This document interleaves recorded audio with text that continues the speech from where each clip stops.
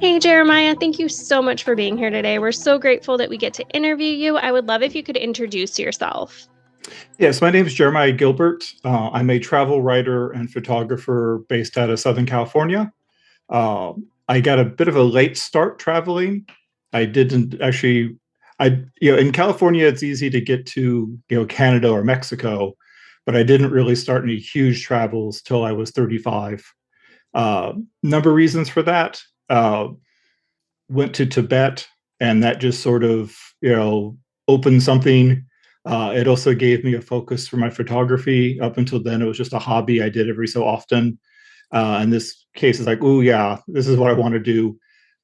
So that trip was 2006, and created a website about it, and wrote about the travels, the links to the photos, and then as I started traveling, kept adding to that website. And it wasn't till yes, I'd focused on the photography mostly, and then around 2014, I really started to say, okay, let me see if I can start, publishing some of these in magazines and things along those lines. Um, but it wasn't till 2019 I started to think, I've been writing about the travels for the website. Maybe I have something and I could put together some travel tales and such. So I started working on those in 2019, and then 2020 hit, and all the travel plans ended. So I thought, okay, here's the time to see if I can do this. So I put together my first book, which was a collection of 50 travel tales, and it covered 15 years. So from the beginning up until 2020. That book is called Can't Get Here from There. And it actually got its title from the very last piece I wrote, because my wife is Chinese, and she actually went back to China in 2020 for Chinese New Year. And there was a period of time there, so this is February, where we honestly didn't think we were going to get her home. I was getting lots of panic calls and such. But it worked out. And so that was the last piece of that collection. No photography, just writing. Um, then, 2022, we started to, okay, we can think about traveling again. So I thought, rather than writing about past experiences, wouldn't it be interesting to write about, the return to travel and what's changed, what's the same. And then I also had the opportunity to include my photography. I hadn't in my first two books. I just wanted to focus on the writing and go from there. But this time around, I thought it would be interesting to also include photography. I intentionally didn't include anything. You won't see people wearing masks. You won't see piles of luggage. I talk about that a little bit, but I wanted the photos to just be a celebration of the locations I'm going to. So that pretty much takes me to where I am now. Amazing. I would love if you could dig in a little bit more about your most recent book. Yeah, so this one, the first trip to be canceled in 2020 was a Fiji, New Zealand trip. And so we decided we'd go to Fiji to start our travels again. One, it seemed appropriate. Also, I had to create a spreadsheet of all the various, credits I had accumulated, and the Fiji Air was about to expire. So I thought, okay, it all makes sense. Let's do that. Um, and so, that was a very good trip. It was just a week long. We did a few local tours and did some things on our own, just to kind of, get our foot back in the water and do a long flight again. They also talked to some of the, uh, taxi people, taxi drivers and guides. What's it been like? How did you survive the last 2 years? So that got our, feet back in. Then summer. So the newest book's called On to Plan C, and that's actually a reference to last summer, to summer 2022, um, because we had originally planned a sailing up West Africa. But I had a feeling that one, might, even the best of times, that one's pretty, could have, could be iffy. So I had a, and it was canceled. So as a backup, I had a Northern European cruise, where the big benefit was a couple nights in St. Petersburg. And my wife and I have not been to Russia. Normally, the visa is really hard to get. But if you do a cruise, you get like a 72-hour visa. but then they invaded Ukraine. Okay, that's off the table. So we ended up, plan C was just, my wife, while Chinese, grew up in London. So let's just go to London. We haven't been in a few years. And then from there, we hit Bergen, Copenhagen, Berlin, just kind of pieced together a little trip. Again, just did it on our own. I added an extra day everywhere just in case, weren't feeling well or something happened. But all went well. And those are areas I had not been. So was very, very much enjoying that. During our time, during the pandemic 2020, we started watching some travel related videos on YouTube, and some of them we watched were cruising related, which we'd only cruised once or twice. It wasn't something we really did a lot. But one um, channel did a cruise mostly in Germany of a night of Christmas markets, and thought, oh, that really sounds interesting.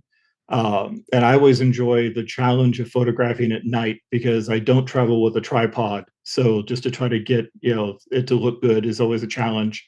So we did that for actually the week of Thanksgiving. And so that was very enjoyable. And the same thing, I kind of talked to some people. These were the first time the markets had been open since 2019. A few had opened in 2021, but not too many. So that was very enjoyable. And then since we found out this is nice, so the last trip I talk about was we did a 3-week Caribbean cruise, and that was pretty much we wanted to just bang out the remaining Caribbean islands we hadn't been to, get them all out in one big fell swoop, um, and something again a little different, and good place for photography. I think we went to like 14 different locations in those 3 weeks. Uh, and then I decided, originally I wasn't going to include my photography. So I was going to talk about the first year back being May 2022 to April 2023. So that would have also included Ecuador and Turkey. But when I realized I was going to include photography, I thought, no, let's just limit it to just where we went in 2022. Quite a range of locations.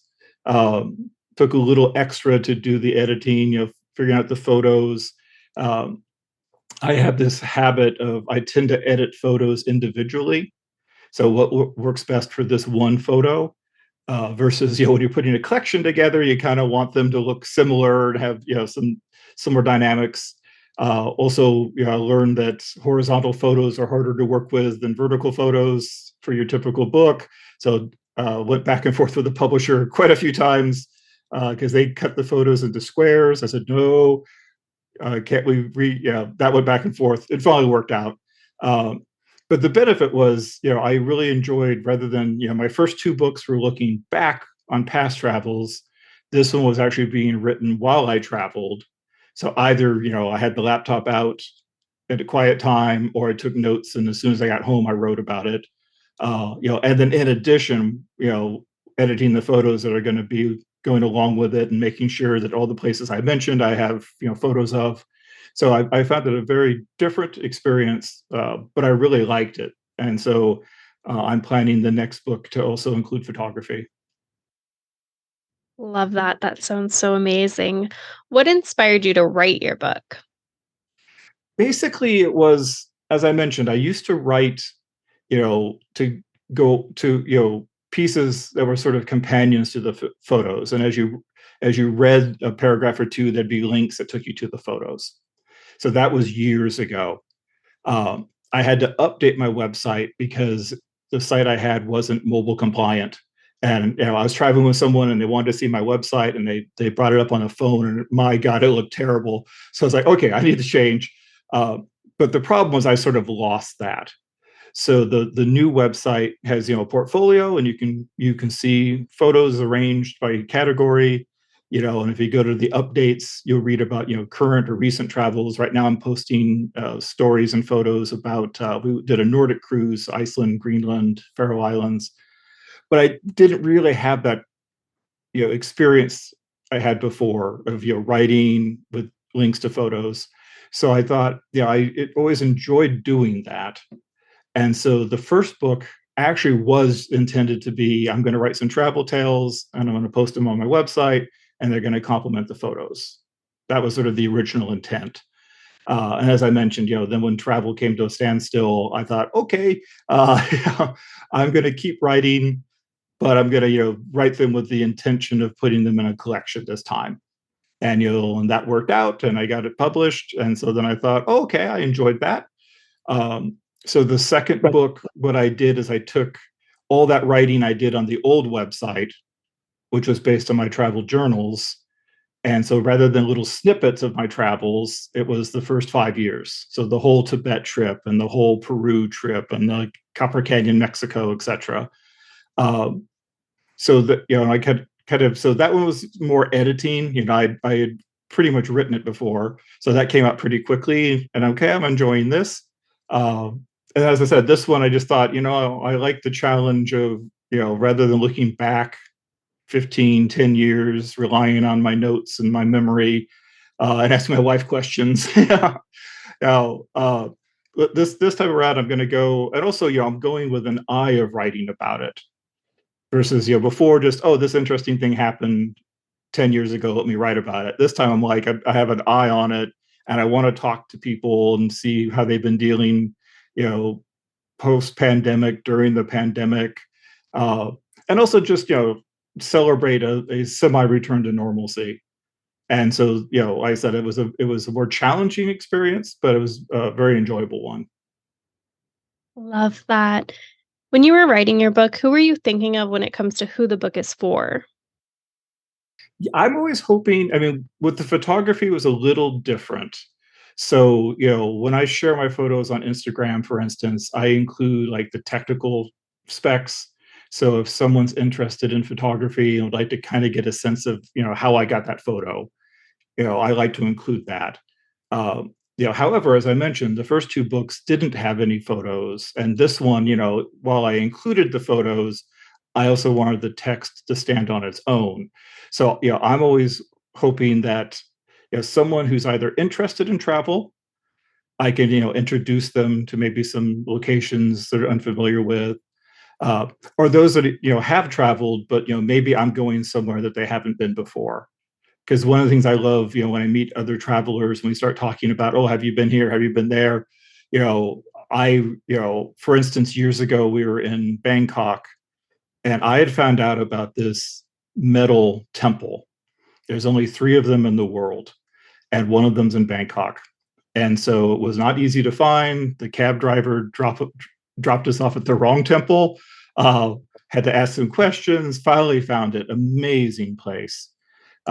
Next year, I happen to be talking to a colleague of mine who, her and her husband regularly go to Bangkok. Uh, she had never heard of this place, and I showed her the photos, and she's like, "Oh my God, I have to go." Uh, and so, I sort of hope to inspire that because I love doing that. I love talking to someone. Oh yeah, I've been there, but then they'll say, "But did you know about this place? Or did you go here?" Because I really like trying to find like secondary cities or slightly off the beaten path locations. When I was in Cambodia, of course you do Angkor Wat, but I spent a second day, just told the guide, just take me to temples you normally don't take people to. And we went to like seven, and I was just in love. And I was like, only person there, maybe two other people there. So for me, I hope it just sort of inspires you to either hope to seek out travel, or if you've done it, maybe I can share some places you didn't know existed or hadn't thought of going to. Love that. How long have you been writing and what made you really start? I actually started as a poet. So my first poetry collection came out 20 years ago. Um, and all told, I published four collections. And actually, it was the publisher of the fourth collection that I reached out to because they mostly publish poetry. I mean, not surprising. And I said, would you have any interest in something different? So for me, I was very lucky. Growing up, my mom was an avid reader, so she used to read to me every night when I was a kid. And then, as I got a little older, I just was in that habit of, you go to bed, you read for an hour or so, turn off the lights. So, I dabbled, I drafted out 2 novels, a short story collection, just, was always writing, really enjoyed it. And so somehow as I went along, it just sort of focused on the poetry. And so, I've always had a love of language. So it really sort of was a way to play with that and be an observer. I'm one of those, I'm not really a confessional poet. I like more of observational. So when I shifted to travel, it was sort of, some of those strengths still apply. It's still very observational. I still try to be descriptive. And so for me, same with the photography, as I mentioned, before I started traveling, photography was a hobby. I enjoyed it. I started back in the days when your only option was film. And so I used to go out with a roll of film and develop it that night. But sort of brought together. Okay, now while I do photograph other things, I can focus on travel. And same thing with the writing. Suddenly, it's like, okay, I'm really not interested in writing poems about my travels for whatever reason, uh, but I am interested in trying to describe some things or maybe bring you along. And what I enjoyed with the recent book was the 2 books that didn't have any photography. I sort of felt, okay, it's really on me now to really describe and go into detail. Whereas here I knew I was going to include photos. So I could shift a little bit away from that and focus more, talking with people or, different encounters I had. So I think it, at least I hope it brought a really nice balance. But yeah, writing is something I've been doing. I mean, one of my earliest memories was writing and illustrating a children's book when I was like 5 years old. Because my father was a artist, so it just sort of just was always something I've been interested in. Love that. And I'm gonna go a little off script, so just to prepare everyone. Okay. um, your journey with photography and writing seems very interconnected. I would love if you could tell us a little bit about your photography journey as well. Yeah, so my photography started in high school. So this would have been the late 80s. And a friend of mine was taking a course in photojournalism. And so he was looking for someone to go out and take pictures with, basically. And so the first couple times we went out, basically, like he'd take a photo, I'd take a photo with his camera. And so after a couple times, I thought, okay, I'm enjoying this. So I went out and bought the exact same camera he had, which was an old Minolta, fully manual. And so he taught me the basics of shutter speed, aperture. You pretty much you had to set is this ISO 400? Okay, just to that. And like I said, we'd go out and photograph, and then so this was back. I was what 15, 16. So we'd go back to one of our parents' houses and create a makeshift dark room in one of the bathrooms and just see what we'd taken that day. So that was really enjoyable. And so, I just sort of continued on. So my first like 20 years with photography was all black and white because that's all I knew how to develop. Uh, and, I started off with a 50 millimeter lens. So, fixed lens. And then I started to expand. And then when I went to Tibet in 2006, I was thinking, okay, I'm not sure how easy it's going to be to get film or the film I've taken, will there be any issues with the X-rays? I just wasn't sure. So I thought, okay, I'm going to switch to digital. And so it was quite the change. I switched to a digital camera. I shot exclusively in color, and so it was like a totally different world for me. So since then, it's sort of been, I think film photography is a great way to learn photography, but I love digital photography. I love not having those limitations anymore. So, now it's just been, that camera had a certain zoom on it. And then I realized I really wanted to pull back more. So after a few years, I changed cameras and I got a wide angle lens. And so wide angle is pretty much anything less than 35 millimeter, because 35 millimeters pretty similar to what your eye sees. So more than 35, you're zooming in, less than 35, you're pulling out. And when I did that, I was like, okay, this fits me. So, the vast majority of my photos are shot wide angle, like 16, 20 millimeters. I just really like pulling in the detail. I'm one of those. I try my best to compose in camera. So what I'm seeing through the viewfinder is what you're going to eventually see. I try not to crop or anything, unless there's circumstances where I have to. Uh, and so to me, it's just sort of like it just built, and then it's like, okay, but now I need a camera that's a little faster or it has more megapixels. Because that first camera, I went to some amazing places, but it was like maybe a 6 megapixel camera. I can't really blow those photos up too much. So then I got up to a 12, 16. I think my current camera is 24. Uh, so I do try to keep my cameras probably about 5 years each. My first travel camera, I think that was with me 5 years, hit almost 50 countries. And then, but the nice thing is, as my ability improves and my, cameras improve, now I feel like, okay, I don't mind going back to somewhere I've been before. The second trip that was canceled in 2020 was going to be Peru. And it had been 15 years since I'd been to Peru, and I was really looking forward. It's like, oh, I could take such better photos now. Didn't happen, unfortunately, but to me, it's just like, I really enjoy going back, or even London. Every other year, my mother-in-law still is in London, so we'd go to London. Even last year, I looked up and found some locations I had never been to before, and that it really excites me, and I know how I want to photograph it, and let's just go and do it. And I've been there maybe a dozen times now, and each time I'm able to find something different, or maybe my eye has changed, or I have a different lens. So to me, it's just it adds to the joy. I like traveling to places I've not been before, but if I do return somewhere, it gives me sort of a new perspective. Love that. What is your schedule like when you are writing a book? Like this one, I felt, for instance, it's like, okay, if I'm going to write about the return to travel in 2022, I need it to come out in 2023.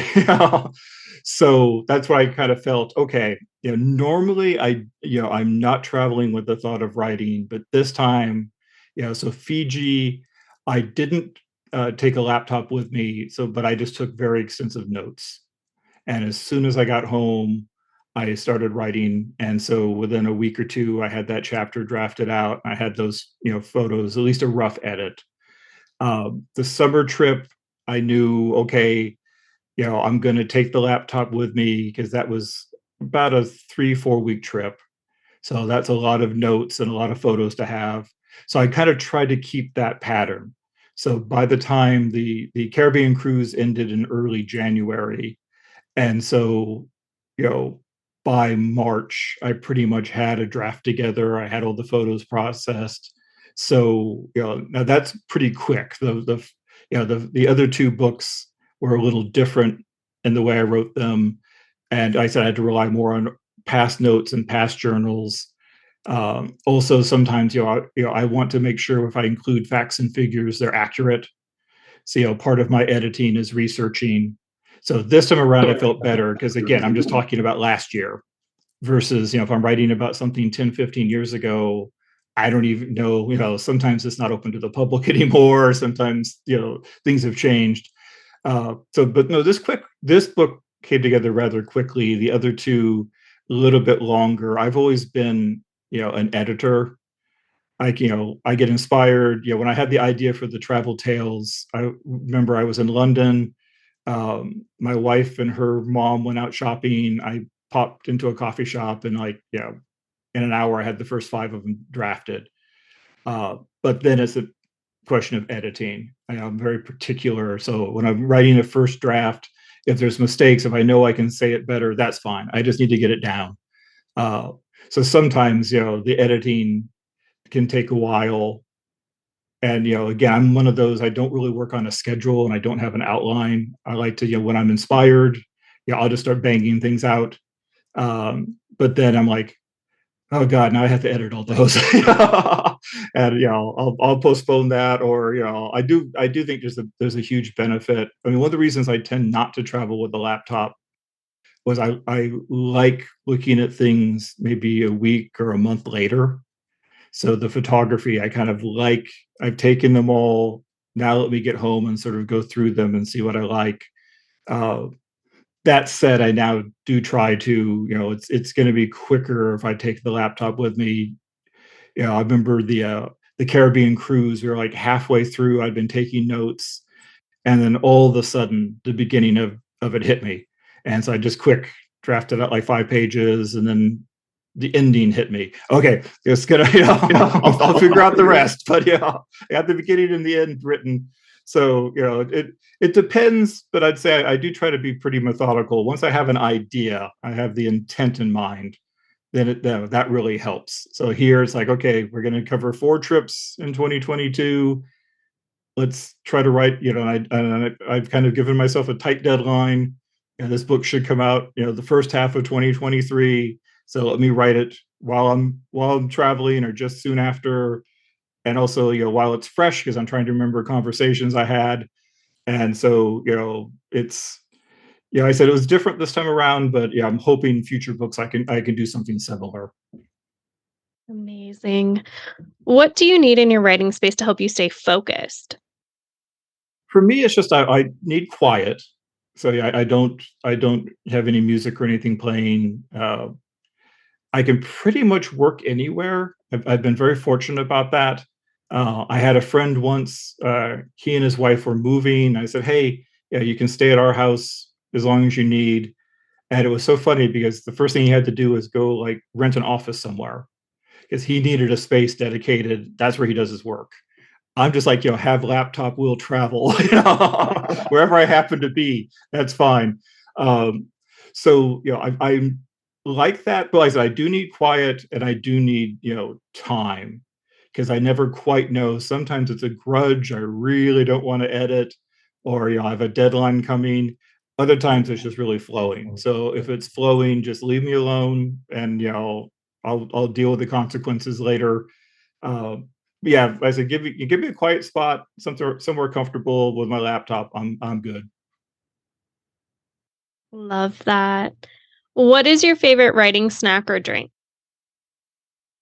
Well, these days I try to stick with water just because anything else. I mean, I will probably start with the coffee, um, and then stick with water after that. Um, Snack. My problem is taking breaks. I tend to just sit and work and work and work and work. So I've been trying to lately, okay, I'm going to sit down and work for 45 minutes and then let me get up, take a break, walk around. So if I'm hungry, maybe a yogurt or some trail mix, something like that, will get me going. I said, start with the coffee for a little energy and then stick with water because otherwise I'm going to be consuming way too much coffee. Love that. What type of books do you personally enjoy reading? It's funny, when I first started out, I was all fiction.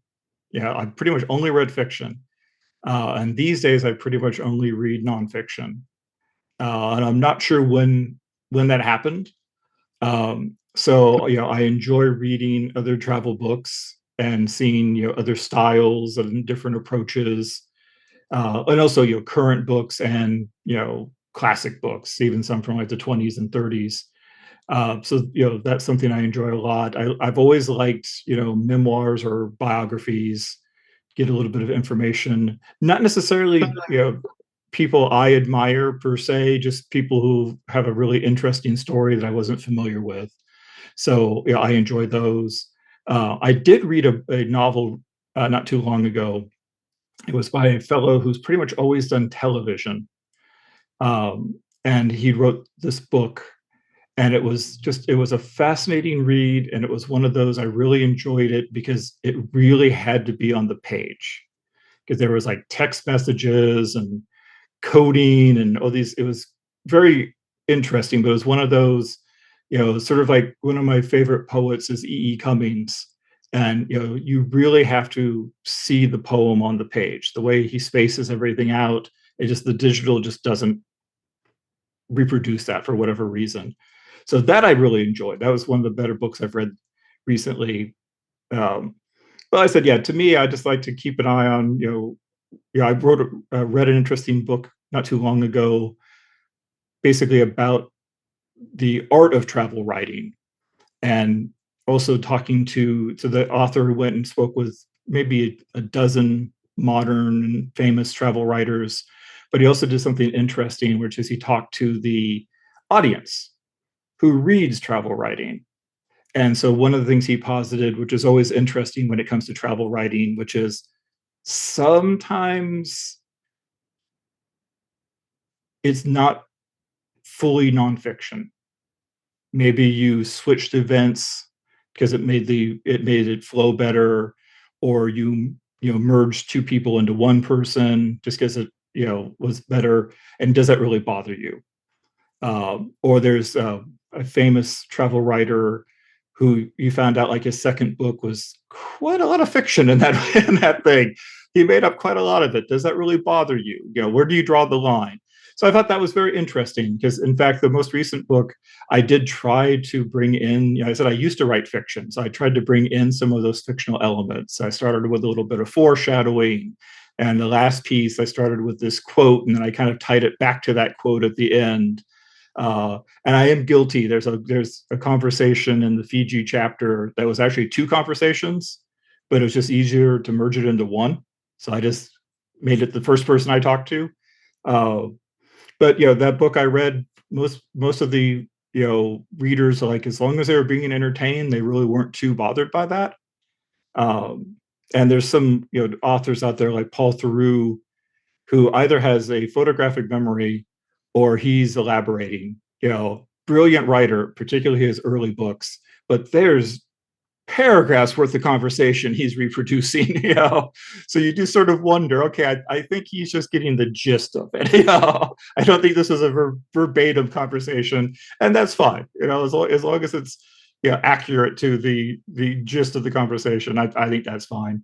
But yeah, those sort of keep me going. And again, 2020 couldn't travel, so delve little bit more. I had several travel books unread on my shelf. Let's dive in.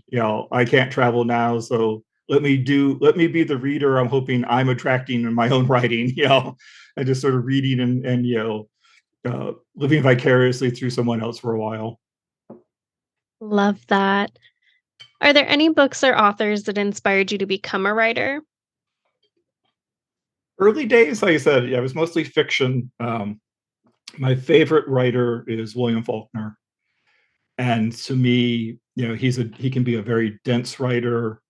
Uh, I think an argument could be made that every one of his books was different, his style. But I really enjoyed that, and so I was sort of kind of mimicking that, and I was really good at writing very long sentences. Uh, and then a friend of my father's introduced me to Cormac McCarthy, and the fascinating thing about Cormac McCarthy is very similar to Faulkner, but it's a much simpler writing style.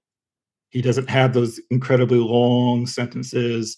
He does very short sentences, but he conveys the exact same feeling. So that to me was like, oh, okay, that's interesting to know that that's possible. Um, but I would say from with both of them, what I enjoyed the most is they're incredibly good at capturing dialogue and at describing. And so just sort of kept that in my mind. And then as I go along, I realized when I started doing the travel writing that actually while they're both in the world of fiction, that really helped me out a lot. Um, Plays, my favorite playwright was Samuel Beckett. I was one of those I really took to existentialism when I was in college, so that introduced me to a lot of different people. Grown out of that now, but it was still early influences. Here in California, one of our greatest essayists was Joan Didion, and so her first two collections, Slouching Towards Bethlehem and The White Album, are just incredible. And I had a really great experience with her. In her very first book, she writes about this situation. She's retracing the steps along the old Route 66 that I actually lived incredibly near. And so she wrote this, I think it was late 60s. And so, I was a teenager at the time. And so I actually, 30 years later, let's say, or 20 years later, I retraced. So her opening of that book, I retraced it and I rewrote it. And I sent it to her. And she actually replied. And that was so amazing to me, that you would take the time, because it wasn't, I wasn't intending anything of it. Just thought, I really admire your writing, and she's back east now, and so let me share with you how things have changed, in the 20, 30 years since you were there. But that was a remarkable experience. And so, but yeah, she's also, her style was sort of fade into the background and observe. And to me, that's always been my preferred, as a poet and now as a travel writer. Love that. What books did you grow up reading? Did you have an all-time favorite? Yeah, I was one of those weird kids. Like I said, I liked Faulkner, I liked the Russian literature, French literature. Um, I would say in terms of Faulkner, I mean, As I Lay Dying is an amazing book, and if anyone wants to be introduced to Faulkner, I think that's a good introduction. It's not nearly as complicated as some of his other books, because usually he's the type of writer that you need to read more than once, really. But I would say one of the books that I think was the most incredible. So there's an author, he passed a few years ago, named Peter Matheson, and he was a novelist and an essayist. And so his book, The Snow Leopard, is hold that as one of the highest travel writing achievements. This is old school. You're out with him. But he also wrote a novel called For Tortuga, and that book was just incredible. To me, it's sort of, it's a novel, but there's also travel elements. It was experimental, but not to the point that it was distracting. I read a book years ago that, like, you had to hold pages up to a mirror, or you had to turn the book upside down. That was a bit much. This one is like there's an experiment going on, and where he places certain things on a page. Once you realize it, you get it, and that to me was one of the most amazing. I read that book probably 30 years ago, and I still vividly, I would have no problem reading it again tonight. That was an amazing book. Love that. On the other side of that, now as an adult, what are your favorite series or authors that if they come out with something, you automatically grab it?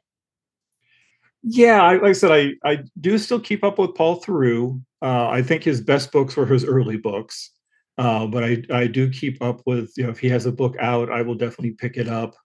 I had some favorite poets I always kept on with. One of my favorites, unfortunately, recently passed away, Charles Semick. He has one of the most amazing first books. It's called Dismantling the Silence. But I've always kept up with him. I went to several of his readings and signings. I always just felt, you know, he was sort of in the school of magical realism that you find often in South America, but he was an Eastern European writer. But he was incredible. I always liked, again, passed away several years ago, but Ted Hughes, who was married to Sylvia Plath for a while. I always kept up with him. Louise Glick, she's another poet. She's, I felt if I kept up with my poetry, she's sort of who I would aspire to be.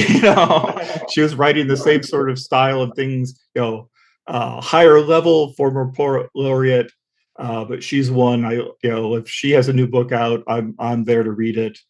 As I mentioned, the novel I read recently, the fellow who normally does television, I think this was his first novel, but it was such an incredible experience that if he writes another one, I'm there. I'm hoping to encourage him, stay away from the TV for a while.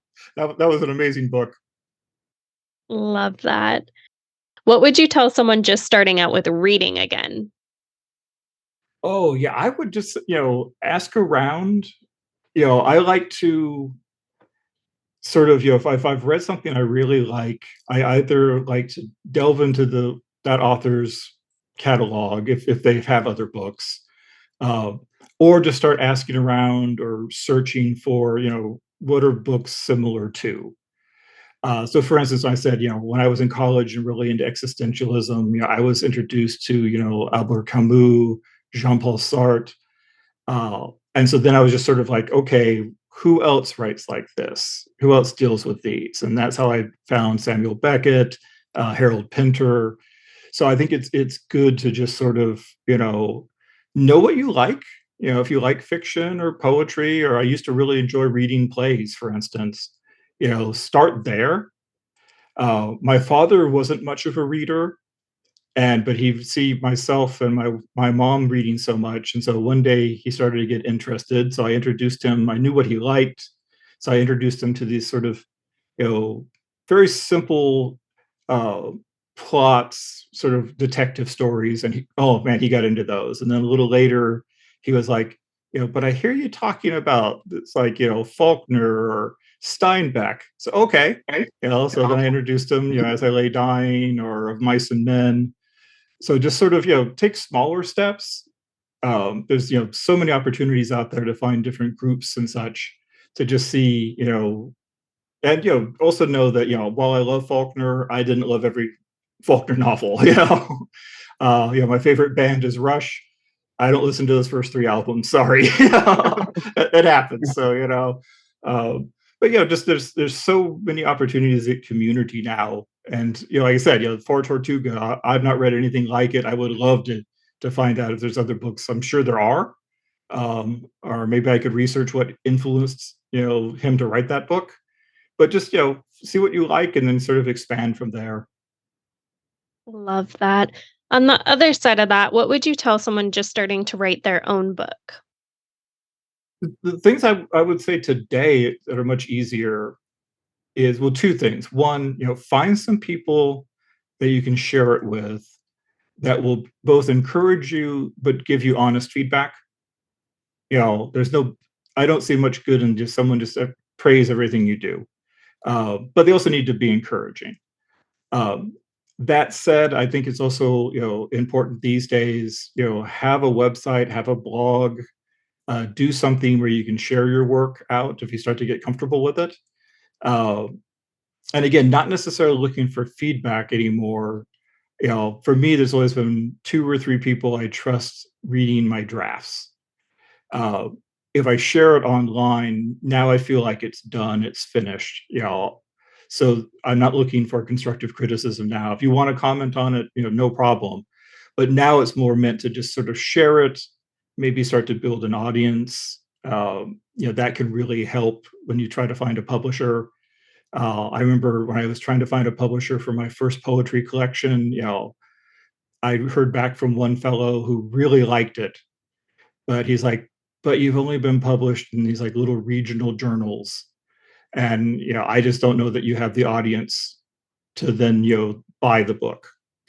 And so, it's one of those, you felt good because he praised the book. He really liked it. But, uh, and also, there's no harm in submitting. I still submit my writing and mostly my photography these days. And, a lot of it gets accepted and some of it still doesn't. And sometimes you'll go through a week where it happened recently. It was like everything was being rejected that week, and it's like, okay, you know, I'm just going to keep going right along here. But it does help. Like I said, I only share my work when I'm confident in it. And so, when you're very first starting out, I said, just have that handful of people who can look at it, give you some criticism. uh, my mom was excellent at that. She was one of my biggest supporters. But if I had her read a story and she didn't understand something, or she thought something could be improved, she'd tell me. And so I'd go and do that. And I said I've always tried to keep someone like that around, uh, because it's one of those, end of the day, you need to write for yourself. I need to write what you enjoy the most. Um, and it can be scary to share it. I mean, I used to, if I would give you a draft of something I've written, I'd have to leave the room. I couldn't watch you read it. That would just really freak me out. I'm much better at that now. But it's sort of, I have a friend who recently well, I shouldn't say recently, several years ago, she got into ceramics. And it was interesting because she would not show you her work. She would not sell her work. Uh, she had about 200 pieces of ceramics before she would start sharing it and then start to sell it. Because it's a process. So I would say, write for yourself now, and then if you're really enjoying it, find those readers that you can trust, and then start sharing it online. maybe said that, there's still plenty of magazines out there in print and in paper, or I'm sorry, online. Um, and I can tell you, I mean, I've received lots of rejections over the years, but I've also received very encouraging rejections. We turned your work down, but for these reasons, or maybe just was. I remember one set of photos. They just basically said, "We really, really like these photos. They're just not right for us, but we encourage you to submit them to another publication." I did, and they were accepted. So it's just sort of, you need to build that sort of faith in yourself. And if you feel really confident with your work, yeah, it may take you a while to find an audience, but it'll eventually happen. And like I said, and you never know. I mean, when my first poetry collection came out in 2004, I figured that was it. I was a poet, all's good. And now 2023, I'm a travel writer and photographer. So, who knew? But I enjoy it just as much. So I just sort of just went with the flow. Love that. As a bonus, if you're willing, what would be one thing you would tell someone just starting their own photography journey? I would say cameras today are brilliant, and you can just start in auto mode and just start focusing on composition and on, I'm a big fan, a big proponent of pre-visualizing. So I tend to sort of look at a scene in my mind first before I lift the camera. I said I come from the background of manual, so but I don't see any harm in starting with automatic. And then once you start getting comfortable, and then you start wondering, oh, I really like this photo, but it has a blurred background. How did you do that? Or, oh, this photo has some motion in it. How did you do that? Then you can start to expand from there. And there's so many resources online now that I think, I I avoid message boards and comment sections on photography websites because I find them very sad. Uh, some of the things that are said. I had the same thing happen to me the first time I did a photo essay for a journal, and the first person who commented had picked up on like one off the cuff thing I said. And I thought, of all the things you could have criticized, really? Um, but on the other hand, there's just so many sites out there, and you can do specific. I want to go photograph fall colors. What are some tips or suggestions? Or I want to get into street photography. And there's just so many sites out there now. I mean, to throw out a name, one of my favorite current photographers is named Alan Shaler. Always loved his work, and he's just started a YouTube channel. In fact, this morning I watched his video on how to shoot from the hip, which isn't a technique I use, but it's a good technique to know if you're into street photography. And I'm so happy he's sharing these videos now because I absolutely adore his work. He's someone I definitely look up to in terms of photography, and so to be able to have that access is incredible. And so, same thing. Find other photographers you like. And what subject are you into? You can even Google. What are some of the great travel photographers or street photographers or fashion photographers or whatever you're into. Start looking at their work, start following them, because it's a question of building your technique, um, but also being inspired. Some of these photographers I see, I was in Berlin last summer, took some good photos, and then I'll see another photographer I admire who just came from Berlin, and damn, they took some photos I did not see. I'm like, okay, when I go back, I'm remembering that. Love that. What's one thing that people are generally surprised to find out about you? Well, I'm odd because I love travel, I love writing, I love photography, I love the creative arts. But my day job, I'm a college professor and I teach mathematics. And I've always been one of those that I remember when the first class I ever taught, I had a student and she had failed her first test. I took over for another teacher. So she had failed her first test with the first teacher. And she said, oh, I'm an art major. I just don't get math. And I said, okay, I understand that, but I don't agree with it. Uh, and so I'm happy to say she got an A on her next test with me, uh, because to me it's all part of the same thing. So it's art, mathematics can be incredibly creative. I approach it more as a language than as a science. And so, but people, are surprised to hear that because, well, my father was an artist and that's all he did. And, absolutely respect him for that. I've always wanted some sort of, solid foundation to build from. And so the teaching allows me, time off to travel. It can be challenging to balance things at times. But also, for me, it addresses two sides. I have an outlet for my creative side and for my analytical side. And so, to me, it's not odd. Some people find it strange, but to me, it's like it makes sense. It's what I do. Love that. Is there anything you would like to say or add? Oh, I would just say, if anybody has been troubled, post pandemic, that pretty much, things are 95% back to normal. And so if you were traveling before, I encourage you to get out there again. When I started writing the newest book, I mean, things were changing monthly. And so now there's a lot more stability. Yeah, I addressed some headlines in the recent book. The last summer was like a travel Armageddon. It was being described as, and there's all these canceled flights and lost luggage. I was fortunate; I didn't experience any of that. So don't let that discourage you, because honestly, lost luggage and canceled flights can happen anytime. I mean, I met my wife on a trip to Tunisia that I wasn't supposed to be on, uh, and then when I got to Paris, the next flight had been canceled, and I just told them to send me home, and they didn't. And then I made it to Tunis, but my luggage didn't. I mean, everything that could possibly go wrong went wrong on that trip.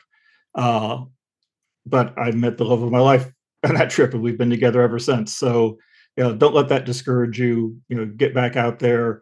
If you're thinking of starting photography, I said just pick up a camera. I mean, when 2020 hit and I knew we couldn't travel, one of the things I did is I started what I called the Shelter in Place Still Life series.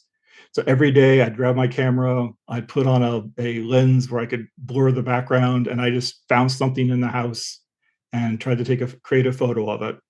And I did that for every day. I didn't pre-plan anything. Just, oh, the light looks good right now. Grab the camera. I did over 100 of those things.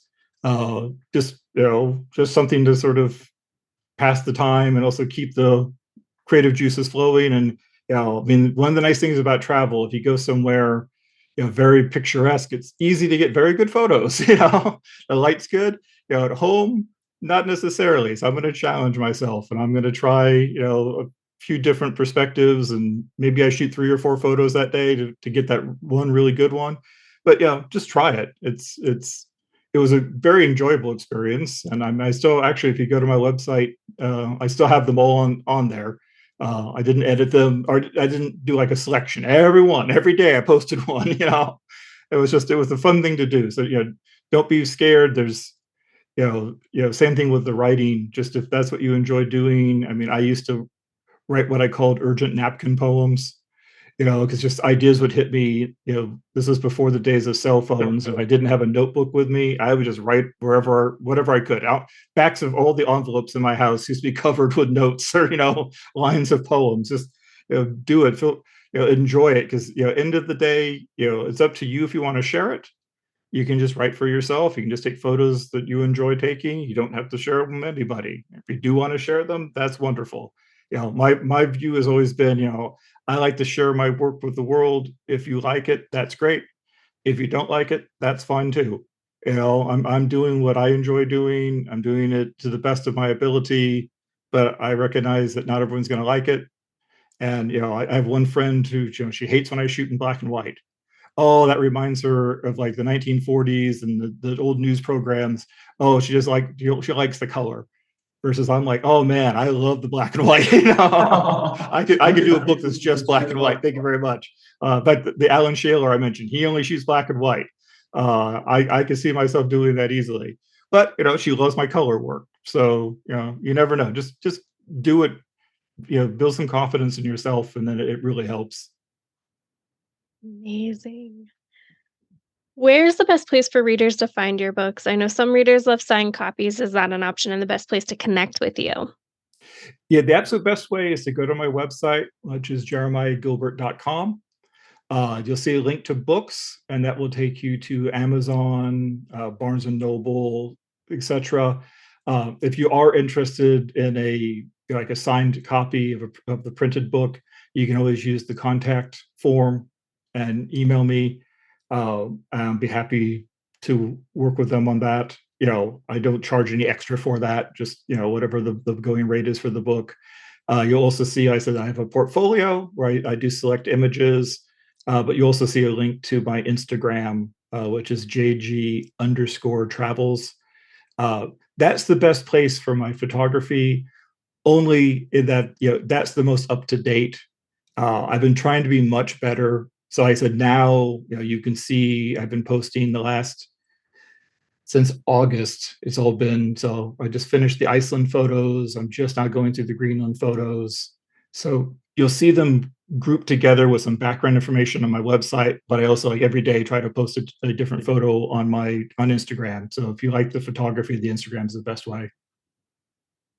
Amazing. Well, thank you so much for being on today. We're so grateful we got to interview you. We'll be sure to drop those links in the show notes. That way everyone can find you.